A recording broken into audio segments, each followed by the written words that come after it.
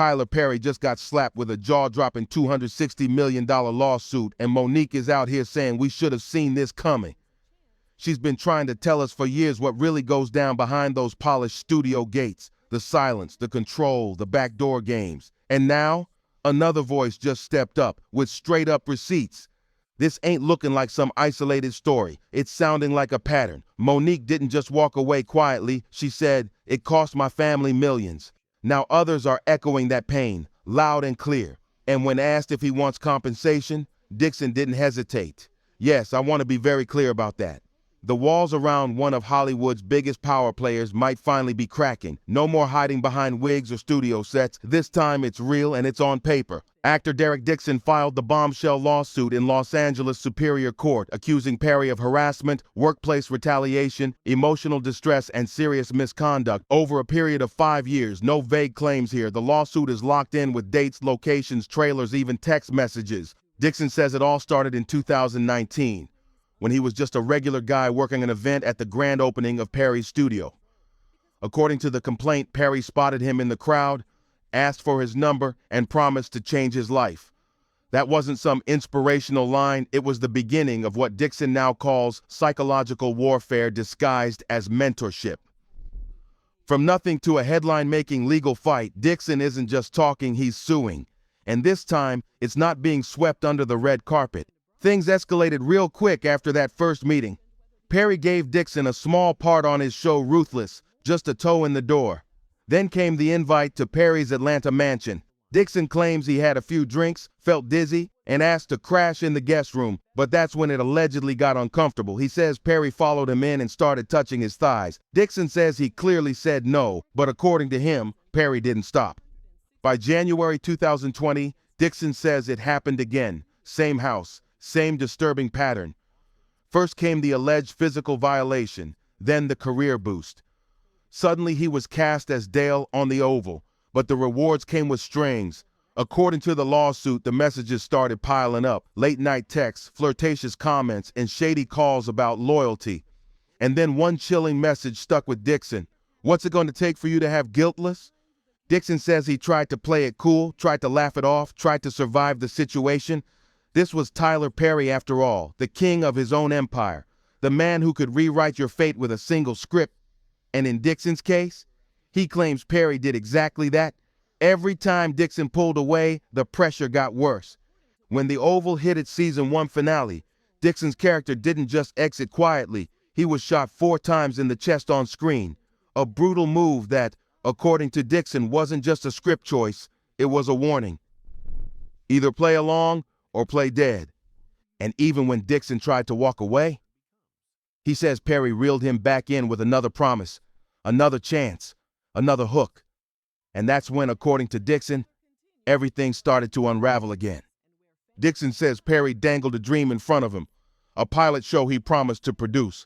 But behind the scenes, Dixon claims it was nothing but bait, a new tactic to keep him close, keep him quiet, keep him hoping.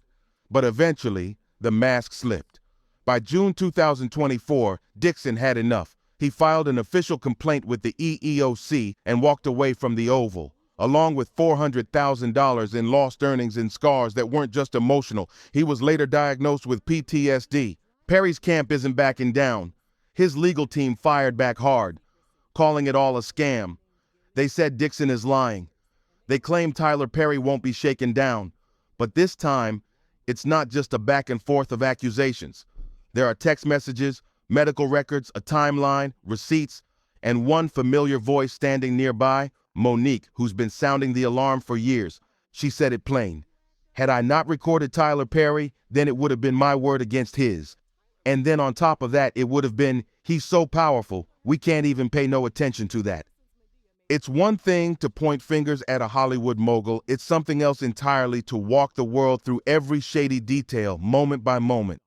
Derek Dixon didn't just drop a lawsuit. He mapped out a full timeline of what he says went down, from a studio launch party in Atlanta back in 2019, where he was just part of the event staff, not a celebrity, not even an extra, just another face in the background. And then, according to Dixon, Perry picked him out, offered to change his life, but that offer came with more than he ever imagined. According to court records, this wasn't some chance meeting. Tyler Perry handpicked Dixon. He told him, "I see something in you," asked for his number, and promised him a role. Not long after, Dixon landed a minor part in Ruthless. That's when Perry allegedly invited him over again, and this time things went too far. Dixon says he had a few drinks that night and asked to crash in a guest room, but what he woke up to shook him. Perry allegedly in the bed, groping his thighs. Even after that, Dixon stayed quiet, not because he wanted to, but because he says he had to. He wasn't just worried about losing a gig. He was terrified of being blacklisted, labeled as difficult, or just flat out ignored. Let's be real. Who would believe a barely known actor over one of Hollywood's biggest names? So Dixon kept it all in, and that silence, he says, it gave Perry the green light to keep pushing. The messages didn't stop. They got bolder, flirty questions, late-night texts, probing conversations about preferences and fantasies. The tone, way past friendly, and the message, Dixon claims, was crystal clear. If you don't play along, your character dies. That wasn't some metaphor either. At the end of season 1 of The Oval, Dixon's character Dale was gunned down, 4 bullets to the chest. Then came the Bahamas trip in 2020, another alleged incident, this time while traveling with the cast. Dixon says it didn't end there. Back on set, inside his trailer, he claims Perry pinned him against the wall. And every time Dixon said no, he says the vibe got colder, more aggressive, more controlling.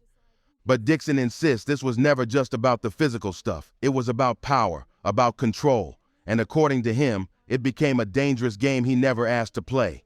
Dixon says Perry played the long game, dangling dreams in front of him, promising to produce Losing It, a show Dixon had been developing himself. Perry hyped it up, told him he'd be a star. But according to Dixon, once the idea was locked in, Perry kept the rights and ghosted him by 2023.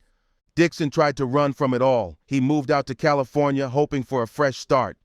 But the weight of it followed him. The trauma already carved into him. Doctors diagnosed him with PTSD, and he says he battled crippling anxiety, depression, and a deep, painful loss, not just of money, but of something even heavier, belief in himself. And the more you read through this case, the more a pattern starts to show. The grand promises, the manipulation, the isolation, the silent threats. It's not just a coincidence. It reads like a script we've seen before, but rarely with this much detail. And if it all sounds familiar, that's because someone had already warned us, way before the lawsuit, long before the media caught on. There was a voice, shouting into the void, fighting to be heard. And that voice was Monique. She wasn't quiet about it either. People better be glad my husband is by my side, because there are people in Hollywood that know wherever you act up is where I show up. She had lived through it. And according to her, it cost her tens of millions. It all traces back to Precious, the 2009 film that earned Monique an Oscar, but nearly ruined her career. Why? Because she refused to promote the movie overseas without being paid. That one decision turned into a Hollywood hit job. Monique says Tyler Perry, Lee Daniels, and Oprah slapped her with a label that stuck, difficult.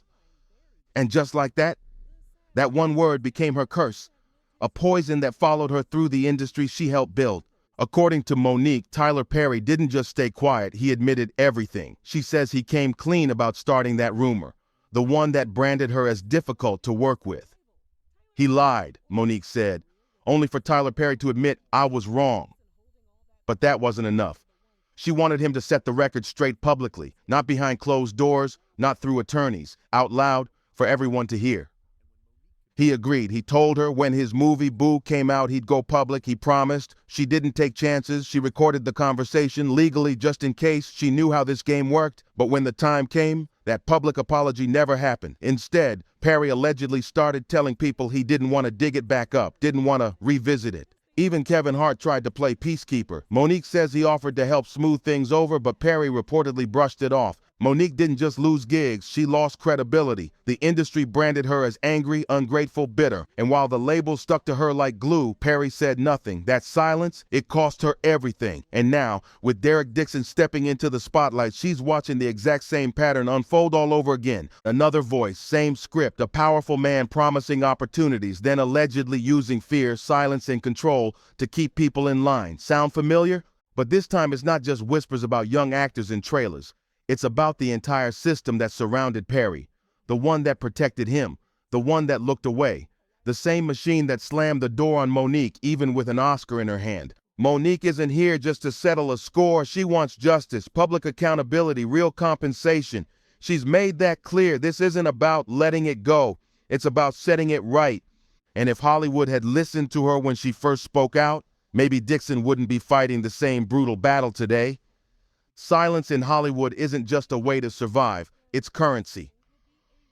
And the second Monique broke that silence by hitting record, everything shifted.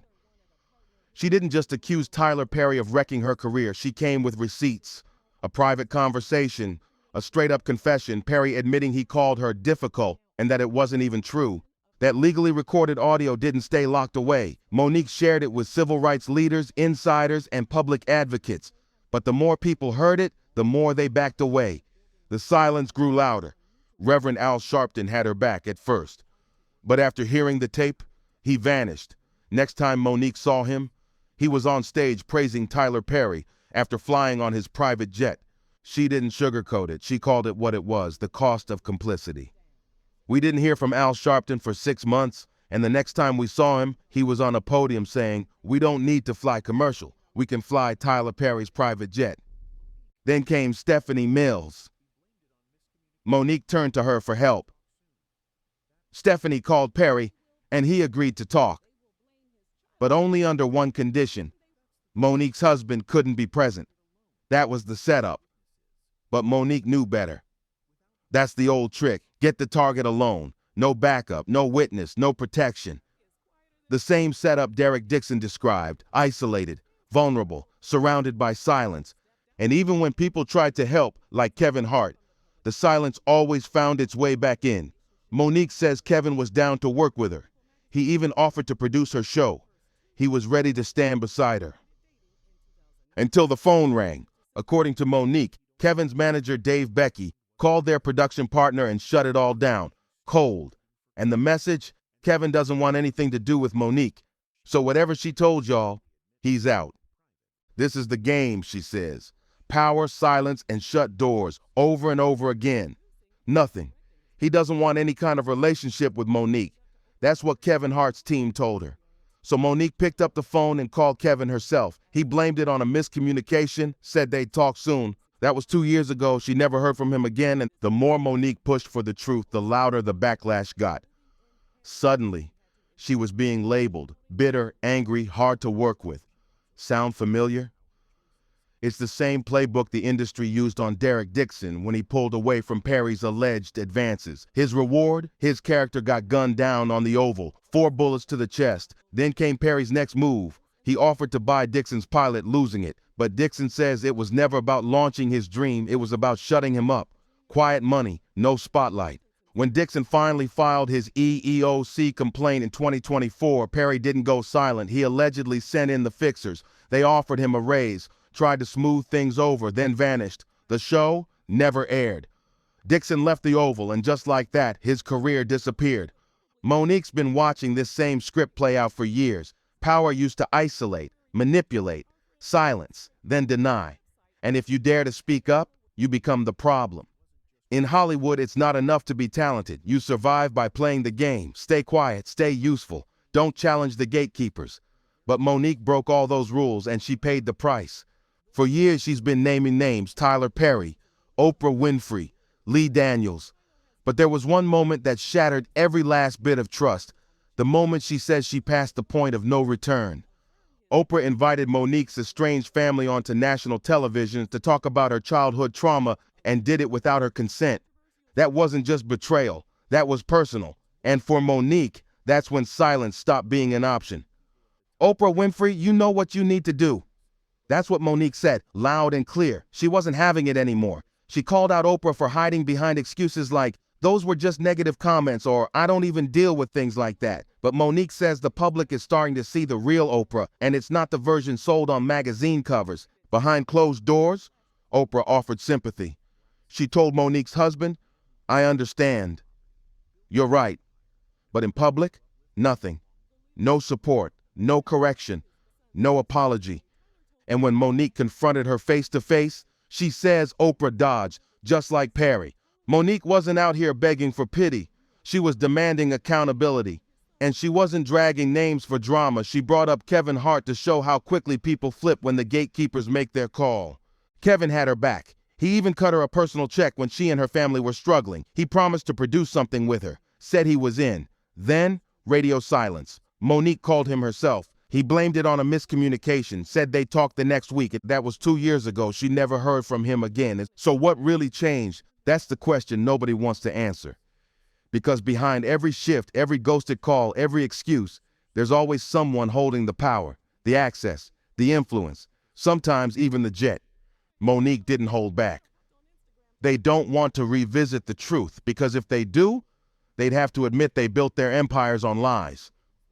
She even pointed to the funeral of Angie Stone, where Perry gave a big speech about mistreatment in the industry. But Monique says it hit different because Perry was talking about himself and didn't think anyone would ever call him out. And Oprah, still silent, no public statement, no response to the tapes, no show of accountability. She's just gone dark. But with Derek Dixon's lawsuit now on the table, Monique isn't whispering anymore. She's daring the industry to pretend they didn't see this coming. She's been saying it for years, and now she's got the tapes to back it all up. They called Monique bitter, angry, difficult, but she's got a different word for herself, undefeated. After all the rumors, the blackballing, the shutdowns, she's still standing, and she's not just asking for respect anymore, she's demanding compensation.